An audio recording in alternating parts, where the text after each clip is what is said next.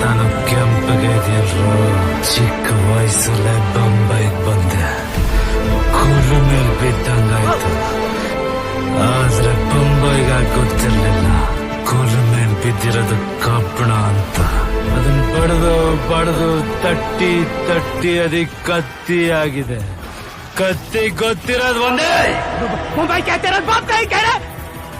नहीं रे, तेरे बाप का और तेरा बाप मैं हूँ. मारो मारो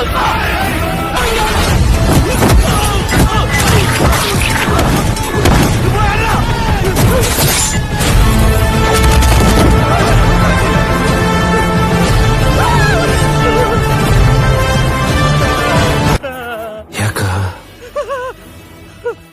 ಇವ್ರಗಳಿಗೆ ಹೊಡೆದಿದ್ಕೆ ಭಯ ಪಡ್ತಿದ್ಯಾ?